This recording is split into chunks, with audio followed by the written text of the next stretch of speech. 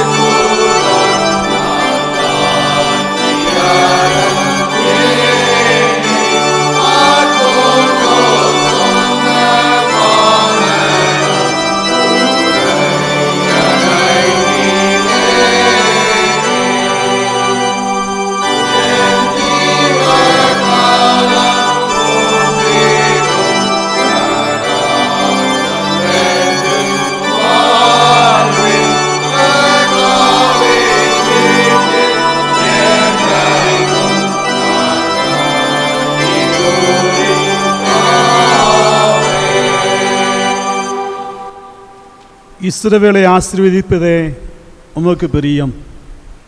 இந்த ஜனத்தை எனக்கென்று ஏற்படுத்தினேன். இவர்கள் துதியை சொல்லிடுவார்கள். நீ ஆசீர்வாதமாய் இருப்பாய். கிருபையும் அன்பு நிறைந்த எங்கள் பரம தகப்பனே, இந்த ஆசீர்வாதமான மனமகிழ்ச்சி நாளின் காலை வேளைக்காக கோடான கோடி நன்றி செலுத்துகிறோம் ஆண்டவரே. தகுதியில்லாத ஒன்றுக்குதவாத எங்களை கூட தேவ சமூகத்திலே வந்து உம்மை ஆராதிக்கும்படியாக, உம்மை போற்றி புகழும்படியாக, உம்மை பணிந்து கொள்ளும்படியாக நீர் கொடுத்த ஜீவன் சுகம் பலத்திற்காக கோடான கோடி நன்றி செலுத்துகிறோம் ஆண்டவரே. இந்த மகிமையான ஆரலை பிரசனராக இருந்து வேண்டத்தை ஆசீர்வதிக்க வேண்டும் என்று எங்கள் ஆண்டவர் இரட்சகருமாய் இருக்கிற இயேசு கிறிஸ்துவின் உன்னதமான நாமத்தில் ஜெபிக்கின்றோம் எங்கள் பரம தந்தையே.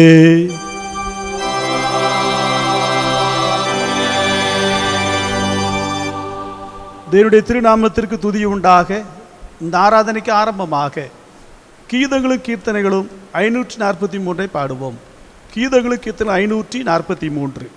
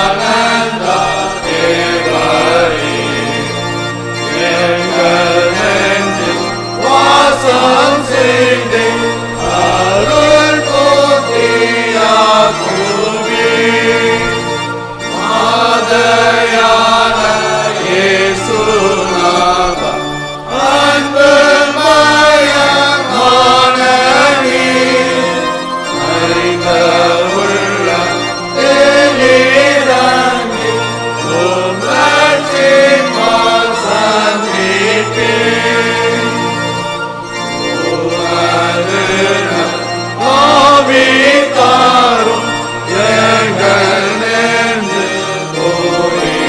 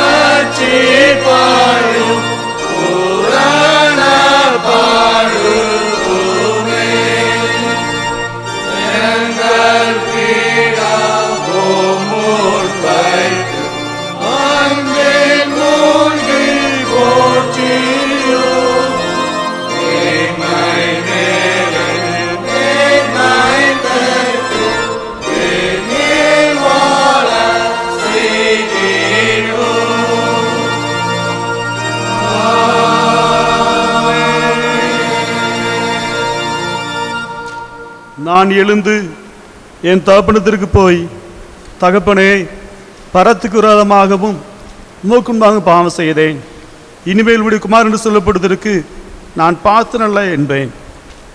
கர்த்தாவே, ஜீவனுள்ள ஒருவனும் உமக்குன்பாக நீதிமான் அல்லாதனாலே அடியேனை நியாயம் தீர்க்க பிரவேசியாதையும். நமக்கு பாவமில்லை என்போமானால் நம்மை நாம் எஞ்சிக்கலாக இருப்போம், சத்தியம் நமக்கு இராது. நம்முடைய பாவங்களை நாம் அறிக்கையிட்டால் பாவங்களை நமக்கு மன்னித்து எல்லா நியாயத்தை நீக்கி நம்மை சுத்திகரிப்பதற்கு கர்த்தர் உண்மையும் நீதியும் உள்ளவராக இருக்கிறார். பிரியமான சகோதர சகோதரிகளே, நம்முடைய பரமபிதாவாகிய சர்வவல்லமையுள்ள கடவுள் தேவனுடைய அளவிலான தயவினாலும் இரக்கத்தினாலும் பாவ மன்னிப்பு பெறுவதற்காக நாம் செய்த பலவிதமான பாவங்களையும் அக்கிரமங்களையும் அவர் சந்நிதியில் மாயமாய் மறைத்து கொள்ளாமல் பணிவும் தாழ்மையும் துக்கமும் கீழ்ப்பட்டு இருக்கிட வேத வசன பற்பல வாக்கில் மேய்கிறது. நாம் எக்காலத்திலும் தேவனுக்குன்பாக நம்முடைய பாவங்களை மனத்தாழ்மையாய் அறிக்கை விடுதுமின்றி அடைய திருக்கரங்களினாலே நாம் பெற்றுக்கொண்ட மேன்மையான உபகாரங்களுக்காக ஸ்தோத்திரம் செலுத்தவும், மிகவும் சிறந்தருடைய புகழை பிரசாரம் பண்ணவும், அடைய மகா பரிசுத்த வசனத்தை கேட்கவும், நம்முடைய சரீரத்துக்கும் ஆத்மாவுக்கும் தேவைகளுக்காக வேண்டிக் கொள்ளவும் நாம் கூடிய தருணத்தில் பாவங்களை அறிக்கிறது விசேஷித்த கடமையாக இருக்கிறது. ஆகையால் இங்கே இருக்கிற யாவரும் சுத்த இருதயத்தோடும் தாழ்ந்த சத்தத்தோடும் பரம கிருபாசன தண்டையில் என்னுடனே கூட சேர்ந்து நான் சொல்லுகிற பிரகாரம் சொல்ல உங்களை வேண்டிக் கொள்கிறேன். பொதுவான பாவரிக்கு ஜெபத்தை நாம் யாவரும் சேர்ந்து சொல்வோம். சர்வ வல்லமையும் மிகுந்த இரக்கமுள்ள பிதாவே, இருதயத்தின் நேசங்களுக்கும் விருப்பங்களும் நடந்தோம், மது பசுத்த விரோதமாய் குற்றம் செய்தோம், செய்தவர்களை செய்யாமல் செய்தவர்களை செய்து வந்தோம். எங்களுக்கு சுகமே இல்லை, ஆனால் ஆண்டவரே, வேறு கர்த்தராக இயேசு கிறிஸ்துவாய் நிர்வாகிகளுடைய குற்றவாளிகளுக்கு எங்களுக்கும் தப்பீதங்களுக்கு பொறுமையாயிரு பாவத்தின் துன்பங்களோடு சீர்படுத்தும். எங்களுக்குள்ள பிதாவே, நம்முடைய பசுத்த நீதியும் இயேசு கிறிஸ்து ஆமென். நம்முடைய கர்த்தராய் இருக்கிற இயேசு கிறிஸ்து பிதாவாய் இருக்கிற சர்வவல்லமையுள்ள தேவன் பாவியின் மரணத்தை விரும்பாமல் அவன் தன் பாவத்தை விட்டு திரும்பி பிழைப்பதை விரும்பி பாவத்திலிருந்து துக்கப்படுகிற தமது ஜனத்துக்கு பாவமோச்சனத்தையும் மன்னிப்பு கூறி அறிவிக்க தம்முடைய பணிவிடைக்காரருக்கு அதிகாரத்தையும் கட்டளை அளித்திருக்கிறார். மெய்யாய் மன திரும்பி தமது பரிசுத்த சுவிசேஷத்தை உண்மையாய் சுவாசிக்கிற யாவருக்கும் அவர் பாவங்களை மன்னித்து மோசனம் செய்கிறார். ஆகையால் கடைசியிலே அடி நித்தியானத்தில் சேரத்தக்கதாய் இத்தனத்தினால் சிறர் பிரியமாக இருக்கவும் இனி ஒரு நாளெல்லாம் ஆசில்லாமல் பசு நடக்கவும் அவர் நமக்கு மெய்யான மனதிலுதடை பசுத்தருளி செய்ய வேண்டும் என்று நம்முடைய கர்த்தராகிய இயேசு கிறிஸ்து மூலமாய் அவரை வேண்டிக் கொள்ள கடவோ.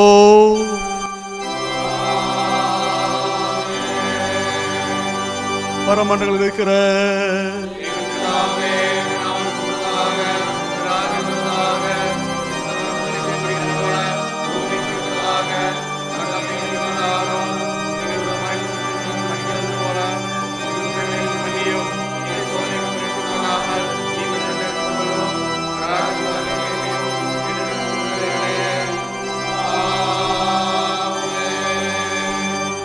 ஆண்டவரை விடுதலை தீரந்தருளோ.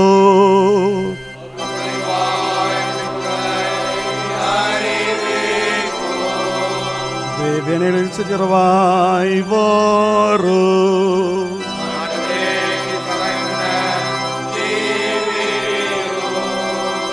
பிதாவுக்கும் குமாரனுக்கும் பரிசுத்த ஆவிக்கும் மகிமை உண்டாவதாக.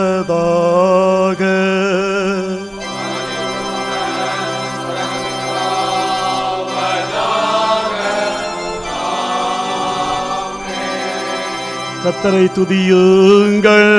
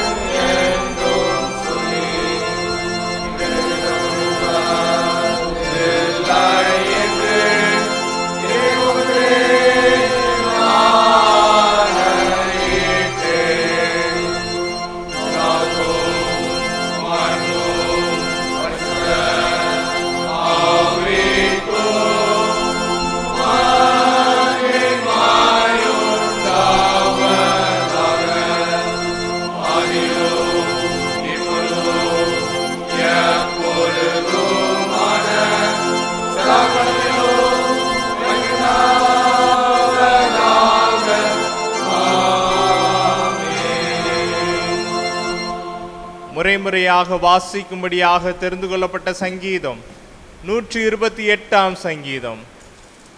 128ஆம் சங்கீதத்தை நாம் முறைமுறையாக வாசிப்போம். கர்த்தருக்கு பயந்து அவர் வழிகளில் நடக்கிறவன் எவனோ அவன் பாக்கியவான்.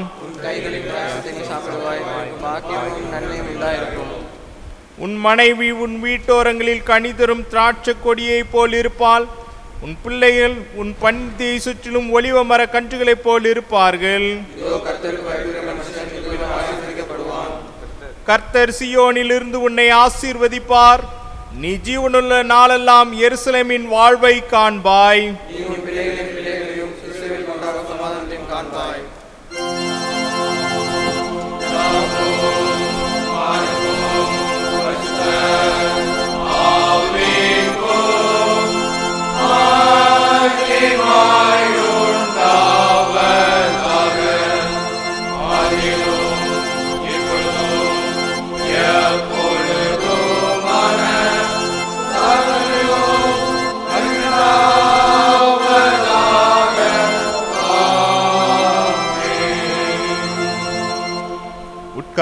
முதலாவது திருமறை பகுதி வாசிக்க கேட்போம். வாசிக்கும்படியாக குறிக்கப்பட்ட முதலாம் வேத பகுதி ஆதியாகமம் 2ஆம் அதிகாரம் 18ஆம் வசனம் முதல் 25ஆம் வசனம் வரை. ஆதியாகமம் 2ஆம் அதிகாரம் 18ஆம் வசனம் முதல். பின்பு தேவனாகி கர்த்தர், மனுஷன் தனிமையாக இருப்பது நல்லதல்ல, ஏற்ற துணையை அவனுக்கு உண்டாக்குவேன் என்றார். தேவனாகி கர்த்தர் வெளியின் சகலவித மிருகங்களையும் ஆகாயத்து சகலவித பறவைகளையும் மண்ணினாலே உருவாக்கி ஆதாம் அவைகளுக்கு என்ன பெயரிடுவான் என்று பார்க்கும்படி அவைகளை அவனிடத்தில் கொண்டு வந்தார். அந்தந்த ஜீவ ஜந்துக்கு ஆதாம் எந்தெந்த பெயரிட்டானோ அதுவே அதற்கு பெயராயிற்று. அப்படியே ஆதாம் சகலவித நாட்டு மிருகங்களையும் ஆகாயத்து பறவைகளுக்கும் சகலவித காட்டு மிருகங்களுக்கும் பெயரிட்டான். ஆதாமுக்கோ ஏற்ற துணை இன்னும் காணப்படவில்லை. அப்பொழுது தேவனாகி கர்த்தர் ஆதாமுக்கு அயர்ந்த நித்திரையை வரப்பண்ணினார். அவர் நித்திரையடைந்தான். அவன் விலா எலும்புகளின் ஒன்றை எடுத்து அந்த இடத்தை சதையினால் அடைத்தார். தேவனாகி கர்த்தர் தாம் மனுஷனில் எடுத்த விலா எலும்பை மனுஷியாக உருவாக்கி அவளை மனுஷனிடத்தில் கொண்டு வந்தார். அப்பொழுது ஆதாம், இவள் என் எலும்பின் எலும்பும் என் மாம்சத்தில் மாம்சமாயிருக்கிறாள். இவள் மனுஷரில் எடுக்கப்பட்டபடியினால் மனுஷி என்று எண்ணப்படுவாள் என்றாள். இது நிமித்தம் புருஷன் தன் தகப்பனையும் தன் தாயையும் விட்டு தன் மனைவியோடு இசைந்திருப்பான். அவர்கள் ஒரே மாம்சமாயிருப்பார்கள். ஆதாமும் அவன் மனைவியுமாகிய இருவரும் நிர்வாணிகளாய் இருந்தும் வெட்கப்படாதிருந்தார்கள். வாசிக்கும்படியாக குறிக்கப்பட்ட வேத பகுதி வாசித்தாயிற்று.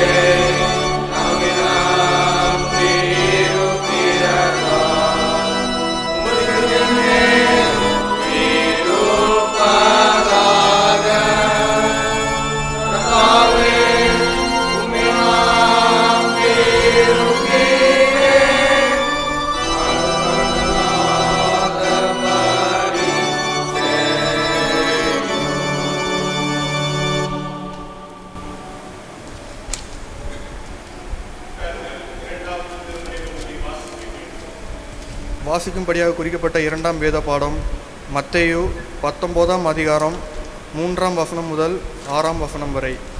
மத்தேயு 19:3 முதல். அப்பொழுது பரிசேயர் அவரை சோதிக்க வேண்டுமென்று அவரிடத்தில் வந்து, புருஷனானவன் தன் மனைவியை எந்த முகாந்திரத்தினாலாகிலும் தள்ளிவிடுவது நியாயமா என்று கேட்டார்கள்.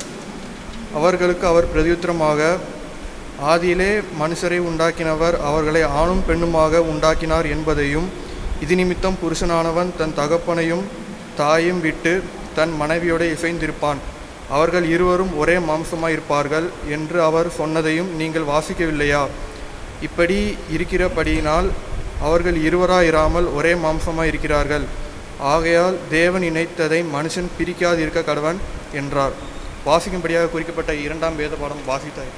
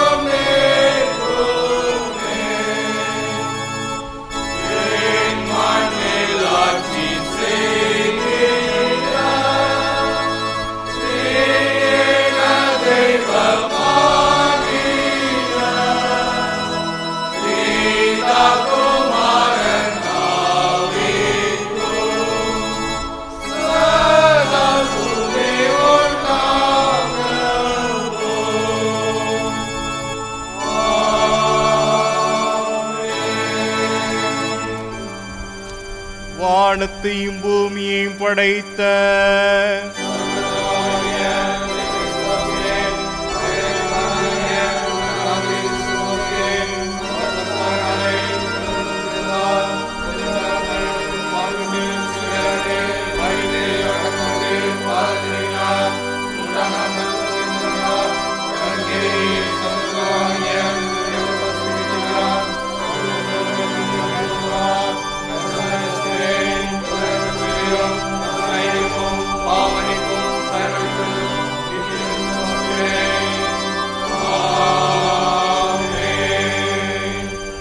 கர்த்தர் உங்களோடு இருப்பாராக.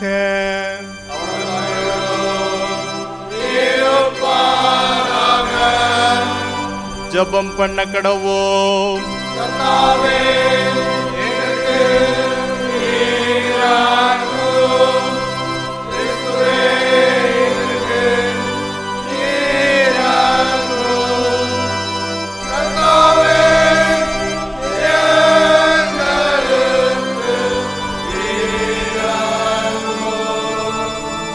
பரமண்டலங்களில் இருக்கிற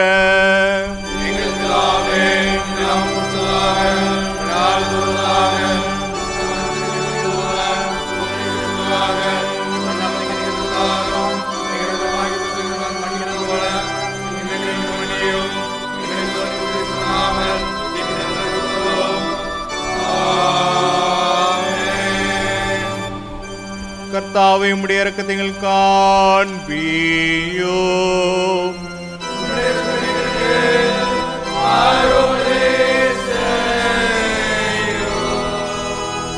உம்முடைய பணிவிடைக்காரருக்கு நீதியை தரிப்பியோ.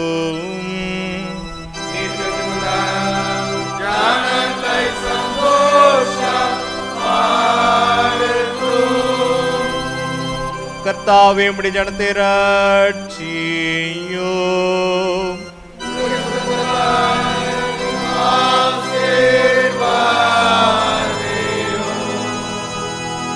கர்த்தாவே எங்கள் காலத்தில் சமாதானத்தை கட்டளையிடும்.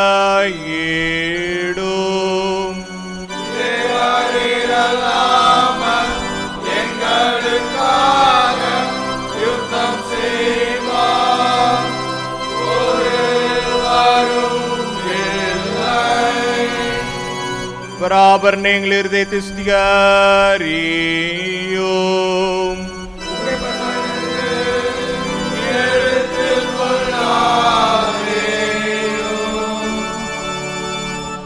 ஜபம் பண்ண கடவோம். பெந்தேகோஸ்தே திருநாளுக்கு பின்வரும் 10ஆம் ஞாயிறுக்கான சுருக்க ஜபம். பொருள்: திருமணம் உடன்படிக்கையை கொண்டாடுதல். குடும்பங்களை உருவாக்கி பராமரிக்கும் தேவனே, கணவன் மனைவி என்ற திருமண ஒப்பந்தத்தை உருவாக்கி தந்தவரே, குடும்பங்களின் மத்தியில் அன்பின் பந்த உறவை வலிமை மிகு ஆற்றல் மிக்கதாக்கி திருமண உறவுகளை மேன்மையுள்ளதாக எல்லாரும் மதிக்க கற்றுத்தாரும். பரஸ்பர அன்பு தொடரவும், சந்ததிகள் அக்கறையுடன் அன்பின் சூழலில் வளரவும் பராமரிக்கப்படவும், அதன் நிமித்தம் வலுவான அஸ்திபாரத்தில் உருவாகும் சந்ததி முது பரிசுத்த நாமத்தை மகிமைப்படுத்தவும் கிருபை செய்யும். எல்லாவற்றையும் எங்கள் ஆண்டவர் இயேசு கிறிஸ்துவின் மூலமாய் வேண்டிக் கொள்ளுகிறோம்.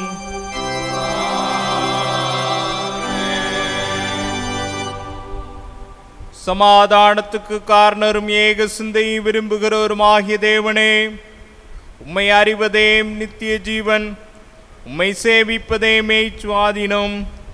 தேவரீரை தஞ்சமாக கொண்டிருக்கிற முதடியாராகிய நாங்கள் எந்த விரோதிகளுடைய வல்லமைக்கும் பயப்படாதிருக்கும்படியாக எங்கள் சத்துருக்கள் செய்கிற எல்லா பிரயத்தனங்களிலும் நின்று எங்கள் கர்த்தராகிய இயேசு கிறிஸ்துவின் வல்லமையினால் எங்களை காப்பாற்றியர்லோம்.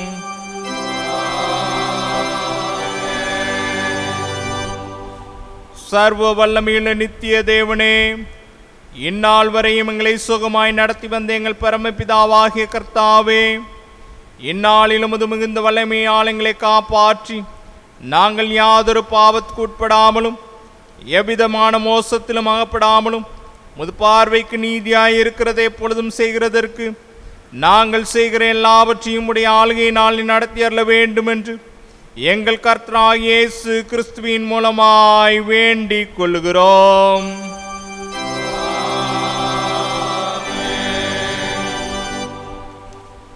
மகா அதிசயங்களை செய்கிற சர்வ வல்லமையுள்ள நித்திய தேவனே, எங்கள் பேராயர் மேலும் குருமார் மேலும் அவர்கள் விசாரணைக்கு ஒப்பிக்கப்பட்ட எல்லா சபைகள் மேலும் ஆரோக்கியம் தருகிற உம்முடைய கிருபையுள்ள ஆவியை அனுப்பி அவர்கள் உமக்கு உத்தம பிரியமானவர்களாய் நடக்கும்படி உமது ஆசீர்வாதமாகிய பணி அவர்கள் மேல் ஓயாமல் பெய்யச் செய்தருளும். கர்த்தாவே, எங்கள் காரிய கர்த்தரும் மத்தியஸ்தருமாகிய இயேசு கிறிஸ்துவுக்கு மகிமையுண்டாக இதை கட்டளையிட்டருளும்.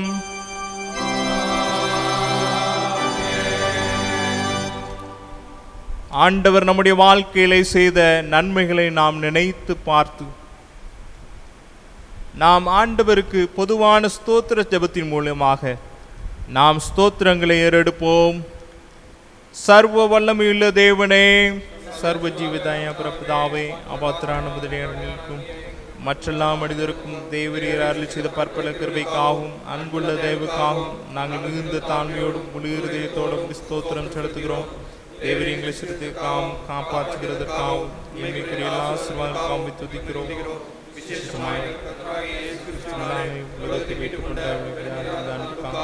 கிருபையின் எத்தனங்களுக்காகவும் மகிமையடைவோம் என்கிற நம்பிக்கைக்காகவும் ஸ்தோத்திரம் செலுத்துகிறோம்.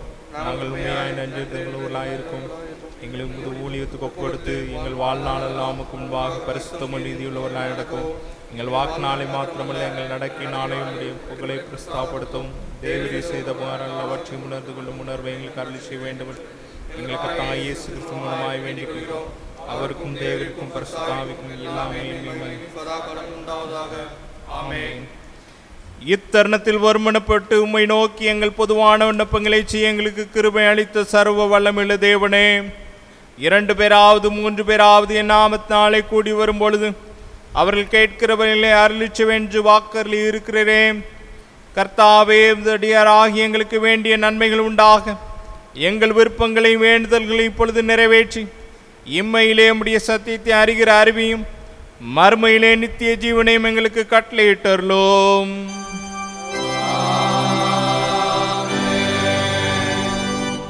உட்காருங்கள்.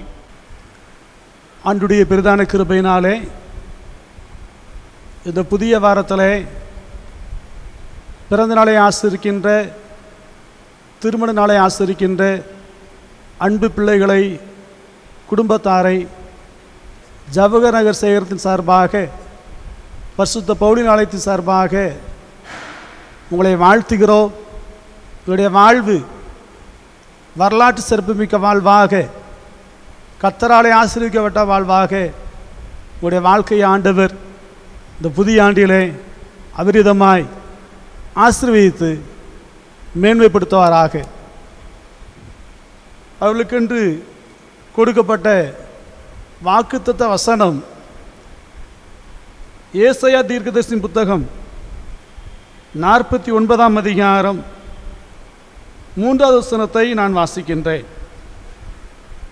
அவர் என்னை நோக்கி, நீ என் தாசன் இஸ்ரவேலே, நான் உன்னில் மகிமைப்படுவேன் என்றார். இப்பொழுது அருமையான பாடற்குழுவினர் அருமையான பிள்ளைகளுக்கு வாழ்த்துதலை சொல்லி பாடுவார்கள்.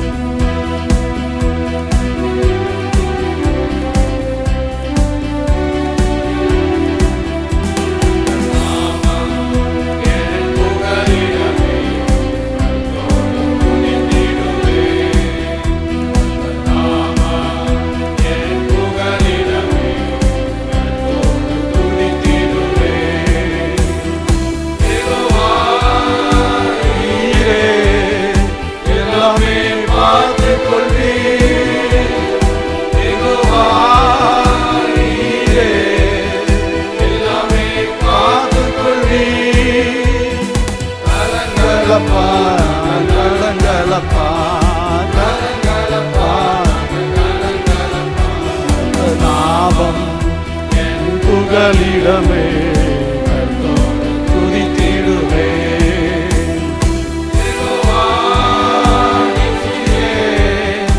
என்னாலும் வெற்றி தருவே, யெகோவா நீசியே, என்னாலும் வெற்றி தருவே. தீரமே அப்பா, தீரமே, தீரமே, கர்த்தர் நாமம் என் புகலிடமே.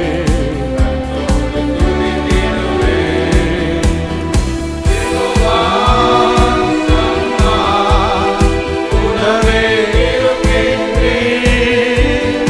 யெகோவா சம்மா, உணவே இருக்கின்றீ.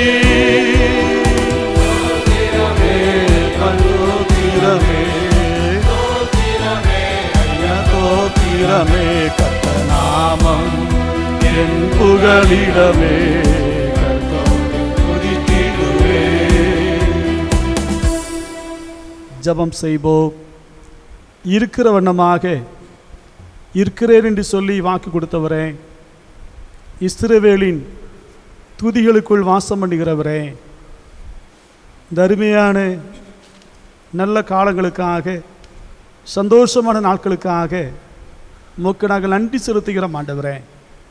இந்த வாரத்திலும் பிறந்த நாளை ஆசரிக்கின்ற, திருமண நாளை ஆசரிக்கின்ற அன்பு பிள்ளைகளுக்காக, குடும்பத்தாருக்காக எதிர்கால வாழ்வுக்காக, அப்படி அனைத்து தேவைகளுக்காக நாங்கள் நம்முடைய சமூகத்தில் பாதமடிந்து ஆண்டவரே திருச்சபையாக நாங்கள் மன்றாடி ஜெபிக்கின்றோம். ஆண்டவரே, இந்த ஆண்டு மிகுந்த ஆசீர்வாதத்தின் ஆண்டாக, நன்மையின் ஊற்றாக நம்முடைய பிள்ளைகளை அபரிதமாக ஆசீர்வதித்து அப்படி எல்லா தேவையும் சந்தித்து மேன்மைப்படுத்தி கனப்படுத்த வேண்டும் என்று எங்கள் ஆண்டவர் இரட்சகருமாய் இருக்கிற இயேசு கிறிஸ்துவின் உன்னதமான நாமத்தில் ஜெபிக்கின்றோம் எங்கள் பரம தந்தையே.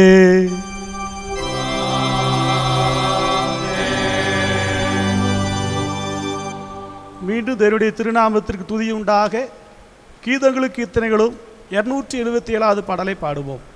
கீதங்களுக்கு கீர்த்தனை 277.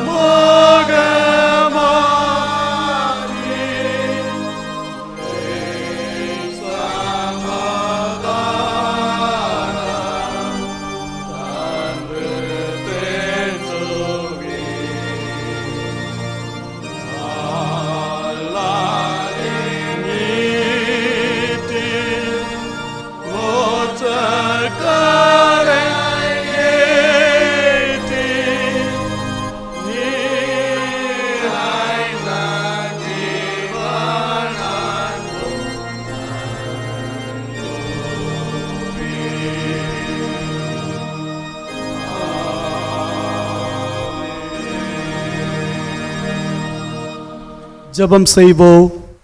அன்பு கூறுவே இன்னும் அதிகமாய் ஆராதிப்பே இன்னும் ஆர்வமாய் அன்பு கூறுவே இன்னும் அதிகமாய் ஆராதிப்பே இன்னும் ஆர்வமாய் உம்மை முழு உள்ளத்தோடு ஆராதிப்பே முழு பலத்தோடு அன்பு கூறுவே ஆராதனை ஆராதனை துதி ஆராதனை ஆராதனை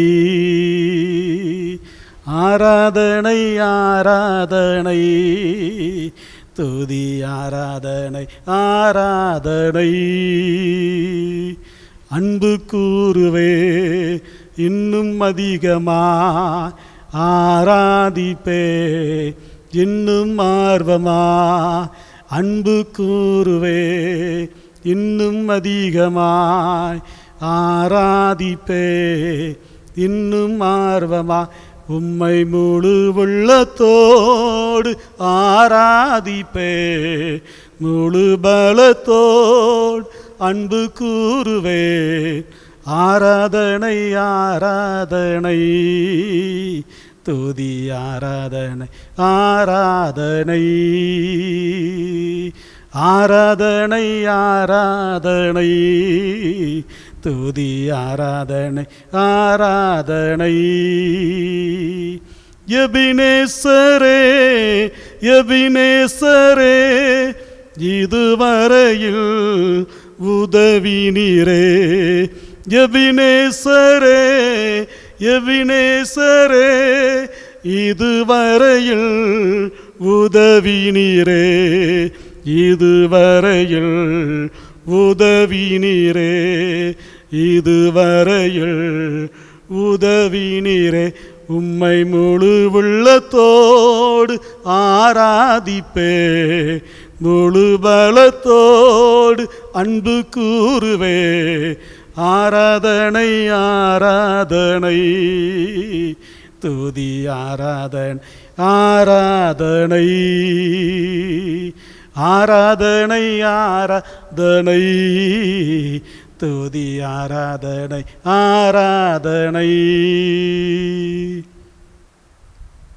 தேவன் அன்பாகவே இருக்கிறார். கிருபையும் அன்பு நிறைந்த எங்கள் பரம தகப்பனே, குடும்பங்களிலே திருமணம் என்கின்ற நியமத்தை உருவாக்கி அதை ஆசீர்வதித்து ஆதாமுக்கு ஒரு ஏவாளை கொடுத்தீர். ஆண்டவரே, ஆபிரகாமுக்கு ஒரு சாராளை கொடுத்தீர். ஈசாக்குக்கு ஒரு ரெபேக்காளை கொடுத்தீர். சாமி, குடும்ப பந்தங்களை உருவாக்கி அப்படி ரகசியத்தை மேன்மையாக நியமித்து குடும்பங்களை ஆசீர்வதித்து அன்பிலை பெருகி செய்கின்ற எங்கள் பரம தந்தையே, இந்த மனமகிழ்ச்சி நாளுக்காக, இந்த மகிமையான செய்தி வேலைக்காக நாங்கள் ஸ்தோத்திரம் செலுத்துகிறோம். ஆண்டவரே, இயேசு கிறிஸ்துவின் உன்னதமான நாமத்தில் ஜெபிக்கின்றோம் எங்கள் பரம தகப்பனே, ஆமென். ஆண்டவரும் இரட்சகருமாக இருக்கின்ற இயேசு கிறிஸ்துவின் இனிதான நாமத்திலே அருமையான திருச்சபையாரை, அருமையான திருமணத்தில் இணைக்கப்பட்டிருக்கிற தம்பதியினரையும் வாழ்த்த நான் கடமைப்பட்டிருக்கிறேன். ஏனென்றால் நம்முடைய திருவெளி பேராயமாக இந்த நாளிலே நமக்கு கொடுக்கப்பட்ட சிந்திக்க கொடுக்கப்பட்ட தலைப்பு என்னவென்றால், திருமணம் உடன்படிக்கையை கொண்டாடுதல். ஆங்கிலத்திலே மேரேஜ் செலிப்ரேஷன் ஆஃப் கவனன்ட் என்பதாக நமக்கு கொடுக்கப்பட்டிருக்கிறது. அதற்கு ஆதாரமாக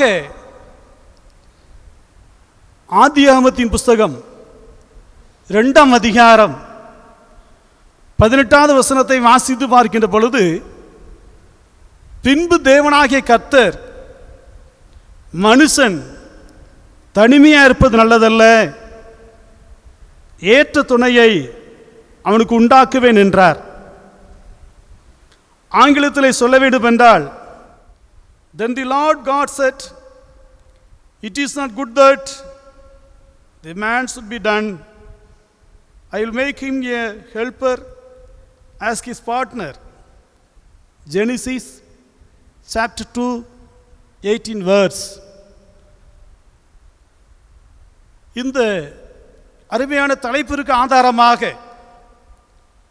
வேதாகமத்திலே ஆதியாகமம் 2ஆம் அதிகாரம் 18ஆம் வசனம் முதல் 25ஆம் வசனம் வரை வாசித்து பார்க்கலாம்.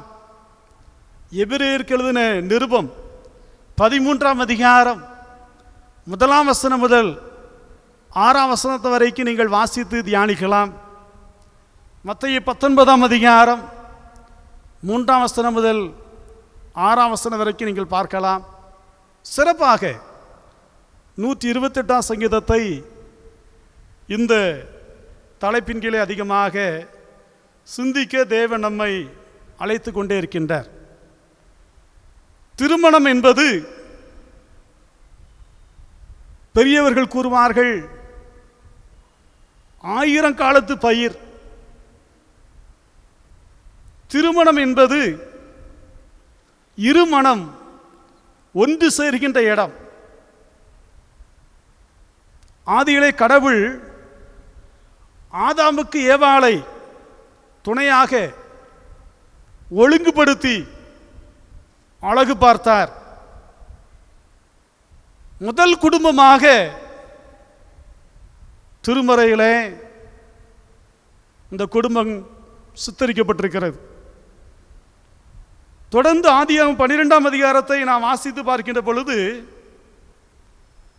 ஆபிரகாமை ஆண்டவர் அழைத்து ஆசீர்வதிக்கின்றார். ஆதியாகமம் 12ஆம் அதிகாரம் 2வது வசனத்தை நாம் தொடர்ந்து சிந்தித்து பார்க்கின்ற பொழுது ஆண்டவர் தம்முடைய பிள்ளைகளை சகல ஜனங்களுக்கும் ஆசீர்வாதமாக குடும்பங்களை கரம் பிடித்து பிள்ளைகளை கொடுத்து குடும்பம் என்கின்ற பந்தத்தை இந்த உலகத்திலே ஆண்டவர் நமக்கு கிருபையாக நியமனம் செய்திருக்கின்றார். செப்பனியா தீர்க்கதரிசி புத்தகம் 3ஆம் அதிகாரம் 19-20 வசனத்தை நாம் வாசித்து பார்க்கின்ற பொழுது சகல ஜனங்களுக்குள்ளும் கீர்த்தியும் புகழ்ச்சியுமாக வைப்பார். செப்பனியா 3:19 வாசித்து பார்க்கின்ற பொழுது சகல தேசங்களிலும் கீர்த்தியும் புகழ்ச்சியுமாக வைப்பார். இதுதான் ஆண்டவரின் மாறாத அன்பு. தம் பிள்ளைகளுக்கு அவர்களை உலகம் வைக்கின்ற விதத்தில் குடும்பங்களை ஆண்டவர் அன்பு பாராட்டி ஆசீர்வதிக்கின்றார். ஆர்ச் பிஷப் வில்லியம் டெம்பிள் அவர்கள் கூறுகின்ற பொழுது நமது பொறுப்பு நம்மை சுற்றியுள்ள மக்கள் வாழும் சமுதாயம் என்று அவர் குறிப்பிடுகின்றார். இந்த சமுதாயத்திலே குடும்பங்களை ஆண்டவருக்கு சாட்சிகளாக, குடும்பங்களை ஆண்டவருக்கு அத்தாட்சியாக, குடும்பங்களை ஆண்டவர் ஆசீர்வதித்துக் கொண்டே இருக்கின்றார். இன்னும் ஒரு அறிஞர் கூறுகின்றார், சபை என்கின்ற நிறுவனம் மற்றவர்களுக்காக உதவி செய்கின்ற நிறுவனமாக செயல்பட்டு வருகின்றது. நம்முடைய திருச்சபையிலே கடவுளுக்கு மகிமையாக அநேக ஆராதனை நடைபெற்று வருகின்றது. ஒவ்வொரு ஞாயிறும் காலை ஆராதனை, மாலை ஆராதனை, திருவிருந்து ஆராதனை, சிறப்பு ஆராதனை நடத்தப்பட்டு கொண்டிருக்கிறது. ஆனால் நம்முடைய திருச்சபையிலே புதிய குடும்பமாக இணைக்கப்பட்டு பரிசுத்த வாழ்க்கை வாழ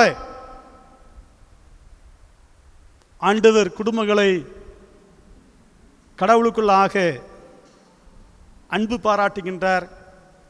கடவுளுக்குள்ளாக ஐக்கியப்பட தேவன் நம்மை ஆசீர்வதித்துக் கொண்டே இருக்கின்றார்.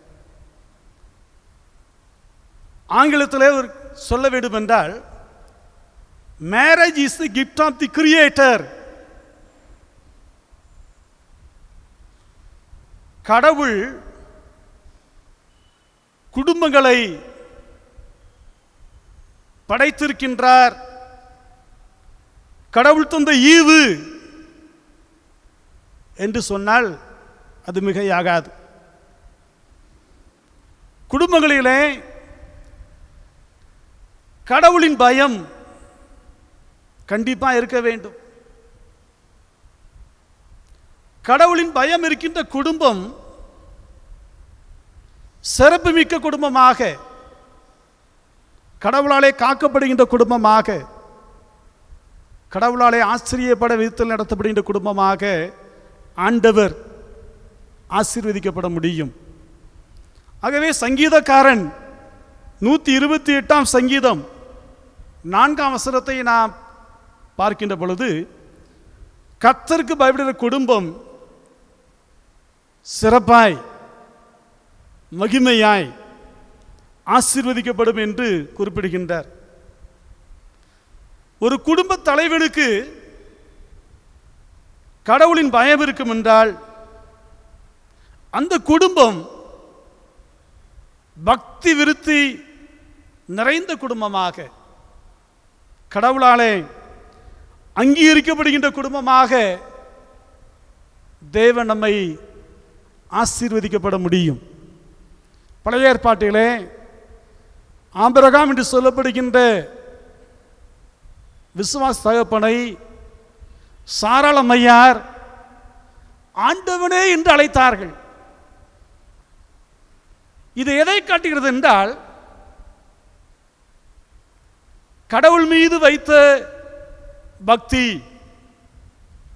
கணவன் மீது வைத்த அன்பு. ஆகவே தான் என் ஆண்டவனே என்று அன்பாக அழைக்கின்ற நிகழ்ச்சியை நாம் பார்க்க முடிகின்றது. ஒருவேளை இந்த கடவுளுடைய பயம் குடும்பங்களிலே பெருக வேண்டும், கடவுளுடைய பயம் குடும்பங்களிலே தலை தோங்க வேண்டும், கடவுளுடைய பயம் குடும்பங்களிலே வெற்றி சிறக்க வேண்டும் என நான் வாழ்த்த விரும்புகிறேன். அநேக நேரங்களிலே கிறிஸ்தவ சமுதாயத்தை பார்க்கின்ற பொழுது, இந்த உலகத்தை பார்க்கின்ற பொழுது சிலர் கூறுவதை நான் கவனித்திருக்கிறேன். என்ன கூறுவார்கள்? கடவுளின் பயம் இல்லை, மனிதனின் பயம் இல்லை. இன்னும் சொல்ல வேண்டும் என்றால் கடவுள் பயம் இல்லை, மனுஷ பயம் இல்லை என்று சொல்லி சிலர் குறை கூறிக்கொள்கின்ற மக்களை பார்க்க முடியும். ஆனால் வேதம் சொல்லுகிறது, கர்த்தருக்கு நாம் பயந்து வாழுகின்ற பொழுது, கர்த்தருக்கு கொடுக்க வேண்டிய கனத்தை நாம் கொடுக்கின்ற பொழுது, நம்முடைய குடும்பங்களிலே ஆண்டுடைய ஆசீர்வாதத்தை, ஆண்டுடைய பாதுகாவலை, ஆண்டுடைய மகிமையை நம்முடைய வாழ்க்கையிலே எப்பொழுதுமே அனுபவிக்க முடியும். ஆகவே குடும்பங்கள் கடவுளுக்கு பயந்து வாழ தேவன் நம்மை அழைத்து கொண்டே இருக்கின்றார். அடுத்ததாக நான் பார்க்கின்ற பொழுது, honoring the marriage,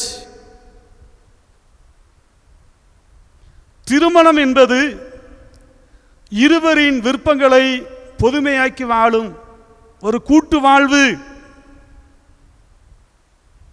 மனம் என்ற சொல்லுக்கு கூடுதல் என்பது பொருள். இரு வெவ்வேறு சூழ்நிலையிலிருந்து இருவர் இணைந்து வாழும் வாழ்வுதான் திருமணம். திருமணம் என்பது ஒரு புதிய ஒப்பந்தம், ஒரு புதிய அத்தியாயம் என்று கூட சொல்லலாம். இது மற்ற ஒப்பந்தங்களை விட சற்று மேலானது. பவுலடிகளார் கூறுகின்றார், இந்த ரகசியம் பெரியது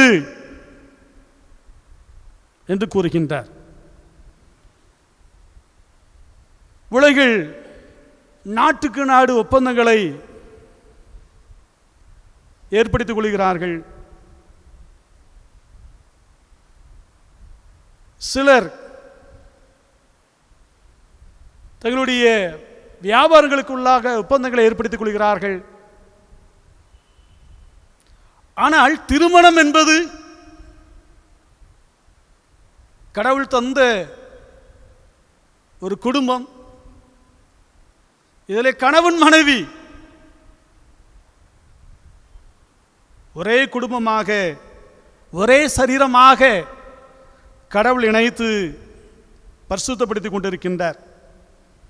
திருமண ஆராதனைகளே சில வாக்குறுதிகளை எடுக்கிறோம். இந்த வாக்குறுதி என்னவென்றால், வாழ்வோ தாழ்வோ, இன்பமோ துன்பமோ, சுகமோ சுகவீனமோ, எந்த சூழ்நிலையிலும் கட்டி காக்கக்கூடிய ஒரு புதிய அனுபவம் உடன்படிக்கை என்று சொன்னால், இந்த திருமணம் கடவுள் தந்த ஒரு திருமணமாக ஆண்டவர் நம்மை ஆசீர்வதிக்கின்றார். ஒருவர் இவ்வாறாக கூறுகின்றார், marriage is a permanent life, long union between a man and a woman. இந்த ஒப்பந்தத்தை மரணம் ஒன்றுதான் பிரிக்க முடியும். ஆகவே திருமணம் உயர்ந்த ஒன்று, புனிதமான ஒன்று, போற்றப்படுகின்ற ஒன்று, மதிப்புக்குரிய ஒன்று என்பதாக திருமணத்தை வல்லுநர்கள் சாட்சி பகிர்ந்து கொண்டிருக்கிறார்கள். கடைசியாக இந்த திருமணம் அன்பின் மகிழ்ச்சி. மகிழ்ச்சியை பகிர்ந்து கொள்ளுங்கள், ஆனால் உங்களுக்கு எந்த இழப்பும் இல்லை. கொடுத்தவரும் பெறுகிறவரும் மகிழ வாழ்ந்து காட்ட தேவன் நம்மை அழைத்துக் கொண்டிருக்கின்றார். ஒரு அறிவர் கூறுகின்றார், happiness is a crazy mathematics. When we decide, it multiplies என்று சொன்னார். மகிழ்ச்சி என்பது புதுமையான கணக்கு. அது பகிரப்பட பகிரப்பட பெருகிக் கொண்டே போகும் என்பதுதான் இதனுடைய பொருள். ஆண்டவர் சொன்னார், உன்னை போல பிறனை நேசி என்று சொன்னார். குடும்பங்களிலே கணவன் மனைவியாக கிடைக்கப்பட்ட உடைய வாழ்வு உண்மையான நேசிப்புக்கு பங்குள்ள வாழ்வாக, அன்பிற்கு அடையாளங்களாக தேவன் நம்மை அழைத்துக் கொண்டே இருக்கின்றார். அன்பை வழங்குங்கள், அது திரும்பவும் உங்களுக்கு கிடைக்கும். Give respect and take respect. எங்கே மரியாதை இருக்கிறதோ அங்கே மகிழ்ச்சி பெருகும். கணவன் மனைவியை பாராட்ட வேண்டும், மனைவி கணவனை பாராட்ட வேண்டும். கணவன் மனைவிக்கு செய்ய வேண்டிய கடமையை செய்ய வேண்டும், மனைவி கணவனுக்கு செய்ய வேண்டிய கடமையை செய்ய வேண்டும். ஆகவே இந்த குடும்பம் மகிழ்ச்சிக்கு அடையாளமாக, அன்பிற்கு அடையாளமாக குடும்பங்களை கடவுள் அழைத்துக் கொண்டே இருக்கின்றார். சராசரி வாழ்க்கையிலே மனித வாழ்வு சில நேரங்களிலே ஏற்ற தாழ்வு மிக்க வாழ்வாக ஓடிக்கொண்டிருக்கிறது. ஆனால் திருமறையின் அடிப்படையிலே இந்த வாழ்வு கடவுளுக்கு பயந்த வாழ்வாக, திருமணம் போற்றப்படுகின்ற ஒரு வாழ்வாக, திருமணம் மகிழ்ச்சி நிறைந்த வாழ்வாக கடவுள் நம்மை நடத்தி கொண்டே இருக்கின்றார். ஒருவருக்கொருவர் விட்டுக் கொடுங்கள், ஏனெனில் விட்டுக் கொடுப்பவர்கள் கெட்டு போவதில்லை. கெட்டு போகிறவர்கள் விட்டு கொடுப்பதில்லை. உங்கள் வாழ்வில் விவாதம், வாக்குவாதம், பிடிவாதம் இருக்க வேண்டாம். பரஸ்பர அன்பு, கடவுள் தந்த ஐக்கியம், கடவுள் தந்த கிருபை குடும்பங்களிலே பெருகும்படியாய் தேவன் நம்மை அழைத்து கொண்டே இருக்கின்றார். ஒருவேளை குடும்பங்களிலே வசதிகள், ஆசீர்வாதங்கள் பெருகின்ற பொழுது கடவுள் தந்தது என்று சொல்லி ஒவ்வொரு நாளும் கடவுளை குடும்பம் மகிமைப்படுத்தி வாழ தேவன் நம்மை அழைத்து கொண்டே இருக்கின்றார். அன்பு இல்லை என்றால்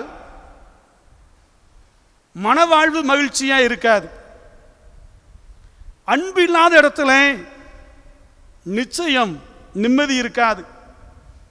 உங்கள் மனவாழ்வில் ஆரம்பத்தில் இருக்கின்ற அன்பு குறையாமல் இருக்க அன்பை நாம் அதிகமாய் வளர்த்து கொள்ளும்படியாக இந்த அன்பு தருகின்ற மகிழ்ச்சியை சொந்தமாக்கி இந்த உலகத்தில் தலை சிறந்த குடும்பங்களாக வாழ தேவன் நம்மை அழைத்து கொண்டு இருக்கின்றார்.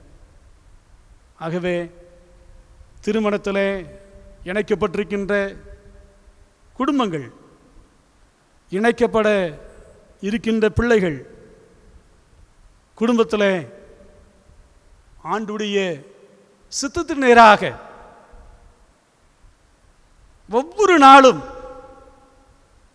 நம்மை தாழ்த்தி அர்ப்பணிக்கின்ற பொழுது குடும்பங்களை கட்டி எழுப்பி குடும்பங்களை ஆசீர்வதிக்கிற கடவுள் நம்பச்சமாய் என்றைக்கு நம்மோடு இருக்கின்றார். இந்த சூழ்நிலையில் ஒரே ஒரு குடும்பத்தை சொல்லி நான் முடிக்க விரும்புகிறேன். அப்போஸ்தலர் 10ஆம் அதிகாரம் நாம் திருப்பி பார்க்கின்ற பொழுது கொர்நேலியு என்று சொல்லப்படுகின்ற மனிதன் ஒரு சிறந்த குடும்பமாக, ஜெபிக்கின்ற குடும்பமாக, தான தர்மம் பண்ணுகின்ற குடும்பமாக, கடவுளுக்கு உகந்த குடும்பமாக இந்த கொர்நேலியுடைய குடும்பம் காணப்பட்டது. கொர்நேலியுடைய ஜெபம் கேட்கப்பட்டது சொல்லி வேதம் அச்சாட்சி, வேதம் சாட்சி கொடுக்கின்றது. ஒருவேளை இந்த வாரத்தில் திருமணத்தை குறித்து அநேக நன்மைகளை பெற்றிருந்தால் கூட திருமண வாழ்வில் இணைக்கப்பட்டு பல ஆண்டுகள் வாழ்ந்து வருகின்ற குடும்பங்களுக்காக நான் கர்த்தரை ஸ்தோத்திரிக்கின்றேன். என்னுடைய ஊழிய பயணத்தில் 25 ஆண்டுகள் நிறைவு பெற்ற குடும்பத்தை நான் பார்த்திருக்கிறேன். 50 ஆண்டுகள் நிறைவு பெற்ற குடும்பத்தை நான் பார்த்திருக்கிறேன். என்னுடைய வாழ்க்கையிலே என்னுடைய குடும்ப வாழ்வு எப்படிப்பட்டதாக இருந்தது என்று சொல்லி கேட்கின்ற பொழுது சொல்லுவார்கள், கடவுளை நம்பி வாழ்ந்தோம், கடவுள்களை நினைத்தார். குடும்பத்தில் அநேக மேடு பள்ளங்கள் வந்தாலும் கூட கர்த்தரை நம்பி, கர்த்தருக்கு பயந்து அவரை நாங்கள் கனம் பண்ணினோம். என்னுடைய பிள்ளைகளை ஆண்டு உளவாய் ஆசீர்வித்தார் என்று சொல்லி அநேக சாட்சிகளை நான் கேட்டிருக்கின்றேன். இந்த புதிய வாரத்தில் குடும்பமாக இணைக்கப்பட்ட அன்பு பிள்ளைகளுக்காக, உடைய நல்ல வாழ்வுக்காக நான் கர்த்தரை ஸ்தோத்திரிக்கிறேன். உடைய குடும்பம் கடவுளுக்கு உகந்த குடும்பமாக, கடவுளாலே போற்றப்படுகின்ற குடும்பமாக, கடவுளாலே ஆசீர்வதிக்கக்கூடிய குடும்பமாக உங்களை ஆண்டவர் நடத்த முடியும். நீங்கள் பயந்து வாழுங்கள், கர்த்தரை கனம் பண்ணி வாழுங்கள், மகிழ்ச்சியை வாழுங்கள். கர்த்தர் பெரிய காரியங்களை உடைய குடும்ப வாழ்க்கையிலே செய்வாராக. ஜெபம் செய்வோம்.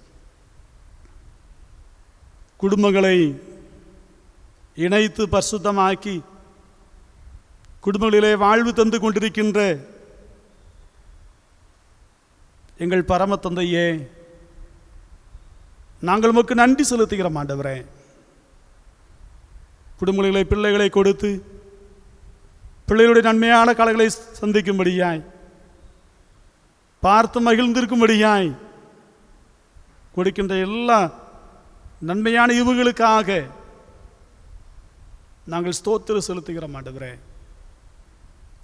நீதிமன்ற கொடர் ரிச்சிப்பின் கம்பீர சத்தம் உண்டு என்று சொன்னீரே, அந்த கம்பீர சத்தத்திற்கு எங்களுடைய குடும்பங்கள் அடிபணிய அர்ப்பணிக்கப்பட பரிசுத்த ஆவியானவரே, நம்முடைய நன்மைகளினாலே எங்களை நீ நிரப்ப வேண்டுபடி ஜெபிக்கிறோம். எல்லாவற்றுக்கும் மேலாக நீர் கொடுத்த குடும்பத்தை, நீர் கொடுத்த அனைத்து ஆசீர்வாதங்களை இப்படி சிலுவை காட்சிக்கு நேராக நாங்கள் நினைத்து பார்த்து உடைய கரங்களிலே அர்ப்பணம் செய்யணும் ஆண்டவரே. கானாவூர் கல்யாணத்திலே குறைகள் ஏற்பட்ட போது தண்ணீரை திராட்சரசமாக்கி இப்படி மகிமையை காண செய்த இப்படி மகிமையான நாளுக்காக நாங்கள் ஸ்தோத்திரம் செலுத்துகிறோம். இந்த காலை வேளையிலே பரிசுத்த பவுலின் ஆலயத்தில் இருக்கின்ற 400க்கு அதிகமான குடும்பங்கள், நெல்லை பேராயத்தில் இருக்கின்ற அனைத்து குடும்பங்களுக்காக, இந்திய தேசத்திலே வாழ்ந்து வருகின்ற அனைத்து குடும்பங்களுக்காக, உலக நாடுகளில் இருக்கின்ற அனைத்து திருமணம் முடிந்த குடும்பங்களுக்காக, பிள்ளைகளுக்காக, நல்ல சேவைகளுக்காக ஸ்தோத்திரம் செலுத்துகிறோம். நிச்சயமாகவே நம்மை ஆசீர்வதிப்பேன் என்று சொன்ன வாக்கு தத்துவத்திற்காக நாங்கள் ஜெபிக்கிறோம். குடும்பங்கள் மாலை ஆசீர்வதிக்கப்படட்டும், குடும்பங்கள் மாலை கட்டப்படட்டும், குடும்பங்களிலே பெரிய நன்மைகள் உண்டாகட்டும். நாளில் எங்கள் திருச்சபையாக குடும்பங்களை வாழ்த்தி வாழ்த்தி ஆசீர்வதிக்கிறோம். துதி கன மகிமையெல்லாம் அம்மைக்கே செலுத்துகிறோம். இரட்சகர் இயேசு கிறிஸ்துவின் உன்னதமான நாமத்திலே வாழ்த்தி ஜெபிக்கிறோம் எங்கள் பரம தந்தையே, ஆமென். மீண்டும் தேவனுடைய திருநாமத்திற்கு துதி உண்டாக. கீதங்களுக்கு எத்தனை 278வது பாடல். கீதங்களுக்கு எத்தனை 278.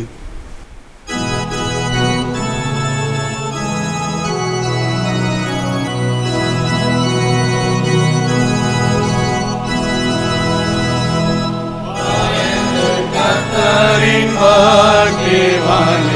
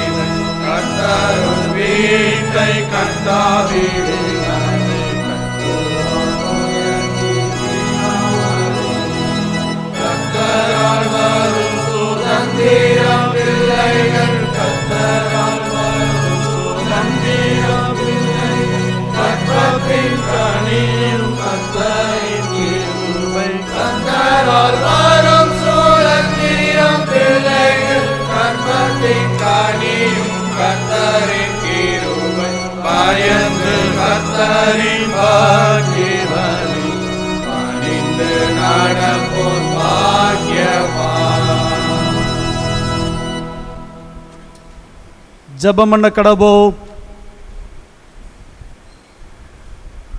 நான் வாழ்ந்து வருகின்ற இந்திய திருநாட்டிற்காக,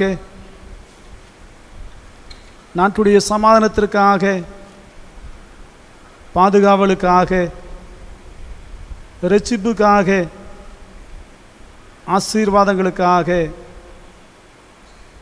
இந்திய நாட்டிற்காக நாம் மன்றாடுவோம். நம்முடைய தேச தலைவர்களுக்காக, ஜனாதிபதிக்காக, பாரத பிரதமருக்காக, தமிழக முதல்வருக்காக, கவர்னருக்காக, நம்மை ஆளுகை செய்கின்ற அனைத்து தலைவர்களுக்காக நாம் விண்ணப்பங்களை எடுப்போம். சிறப்பாக வட இந்திய பகுதியில் நடைபெற்று வருகின்ற மிஷனரி ஊழியங்களுக்காக, நம்முடைய எல்லா தேவைகளுக்காக, மிஷனரிகளை ஆண்டவர் பாதுகாத்து தம்முடைய வல்லமையினாலே வல்லமையாய் பயன்படுத்தும்படியாய் அதற்காக நாம் மன்றாடுவோம். உலகமெங்கிலும், இந்திய நாட்டிலும், நாம் வாழ்ந்து வருகின்ற தமிழகத்திலும் கொரோனாவினாலே பாதிக்கப்படுகின்ற, தாக்கப்படுகின்ற அன்பு பிள்ளைகளுக்காக, அப்படியே சுக வாழ்விற்காக தேவ சமூகத்திலே மிகுந்த பாரத்தோடு, உடைந்த உள்ளத்தோடு நாம் ஜெபங்களை ஏறெடுப்போம். ஜெபத்தை கேட்கிறவரே என்று சொல்லி நாம் வேதத்திலே பார்க்கிறோமே. நம்முடைய ஆண்டவர்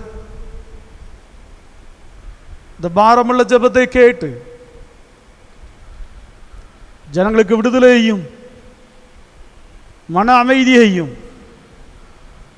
பாதுகாவலை தரும்படியாய் தேவனை நோக்கி நாம் வேண்டுதல் செய்வோம். சிறப்பாக திருமணத்திலே இணைக்கப்பட்டிருக்கின்ற குடும்பத்தாருக்காக, அந்த உடன்படிக்கைக்காக நாம் பாரத்தோடு மன்றாடுவோம். இயேசுவே இவ்வீட்டின் தலைவர் என்று சொல்லி நாம் விசுவாசத்தோடு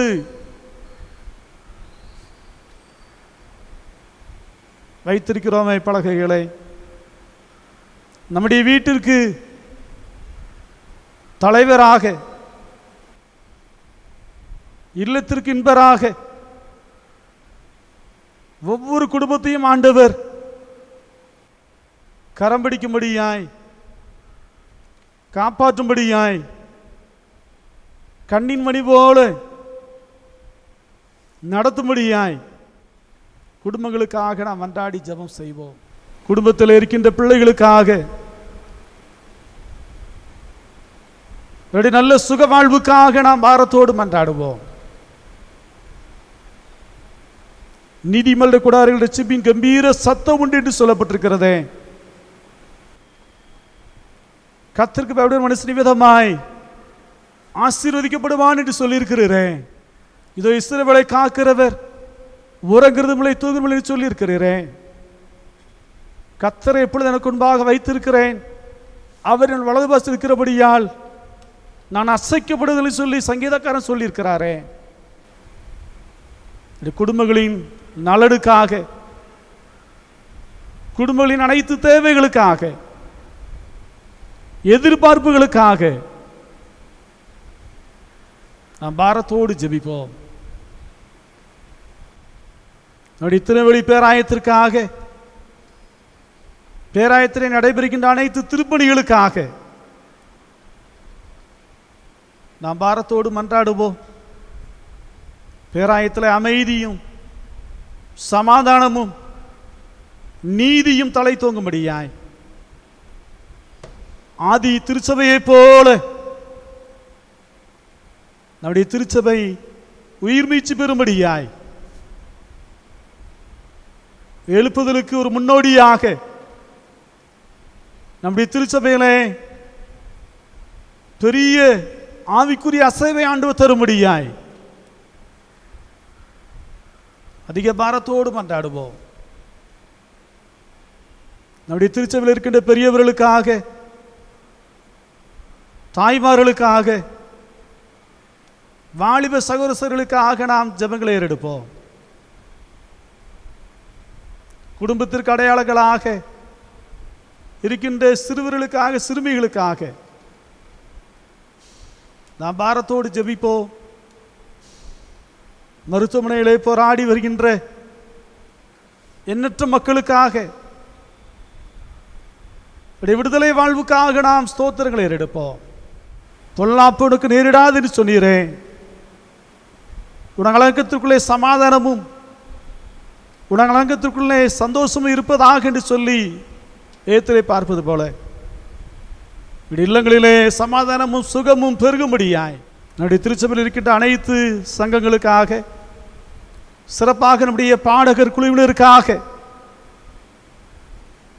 இந்த மகிமையான ஆராதனைக்காக நான் ஸ்தோத்திரங்களை எடுப்போம். நேற்றும் இன்று இன்று மாறாதங்கள் அன்பின் ஆண்டவரே, இந்த மகிமையான நல்ல நாளுக்காக, இந்த மனமகிழ்ச்சி நாளுக்காக ஸ்தோத்திரம் செலுத்துகிறோம். ஒவ்வொரு நாளும் வாழ்வது நம்முடைய சுத்த கிருபை ஆண்டவரே. நீர் கொடுத்த ஜீவனுக்காக, நீர் கொடுத்த சுகத்திற்காக, பலத்திற்காக, ஆரோக்கியத்திற்காக, அனைத்து ஆசீர்வாதங்களுக்காக நாங்கள் நன்றி செலுத்துகிறோம். வருகின்ற காலங்களிலே திருமணத்துக்கு ஆயத்தப்படுகின்ற அன்பு பிள்ளைகளுக்காக, எதிர்கால வாழ்வுக்காக ஸ்தோத்திரம் செலுத்துகிறோம். ஒவ்வொரு நாளும் ஆண்டவரே இப்படி கிருபையினாலே, இயேசுவின் ரத்தத்தினாலே எங்களை கழுவி சுத்திகரித்து நீ தருகின்ற விடுதலை வாழ்வை நாங்கள் சந்தோஷமாய் இந்த உலகத்திலே உமக்கு மகிமையாய், உமக்கு அத்தாட்சியாய், உமக்கு பிரியமாய் நாங்கள் வாழ்ந்து சுகித்திருக்க முடிய கரங்களிலே விட்டுக் கொடுக்கிறோம் சாமி. எங்கு பார்த்தாலும் பயங்கரமான சூழ்நிலையில் நம்முடைய அற்புத கரம், நம்முடைய ஆசீர்வதிக்கப்பட்ட கரம் எங்களுக்கு வழிகாட்ட வேண்டும்படி ஜெபிக்கிறோம். இஸ்ரவேல் ஜனங்களை பகலிலே மேக சம்பத்தினாலும் இரவிலே அக்னி சம்பத்தினாலும் வழிநடத்தின ஆண்டவர் எல்லா நேரங்களிலும் எல்லா காலங்களிலும் நீங்கள் வழிநடத்தி ஆசீர்வதிக்க வேண்டும் என்று எங்கள் ஆண்டவர் இரட்சகருமாய் இருக்கிற இயேசு கிறிஸ்துவின் உன்னதமான நாமத்தில் ஜெபிக்கின்றோம் எங்கள் பரம தந்தையே.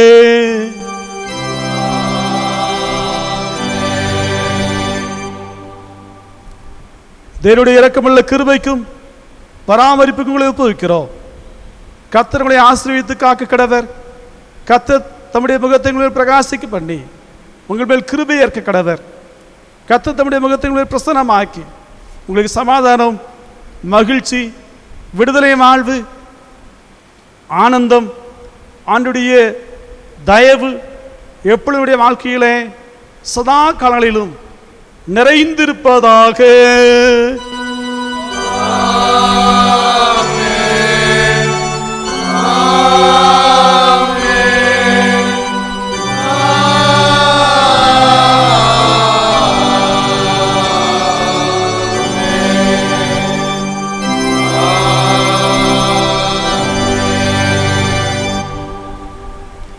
நிறைவு கீதமாக கீதங்களுக்கு கீர்த்தனை 404 நாம் பாடுவோம்.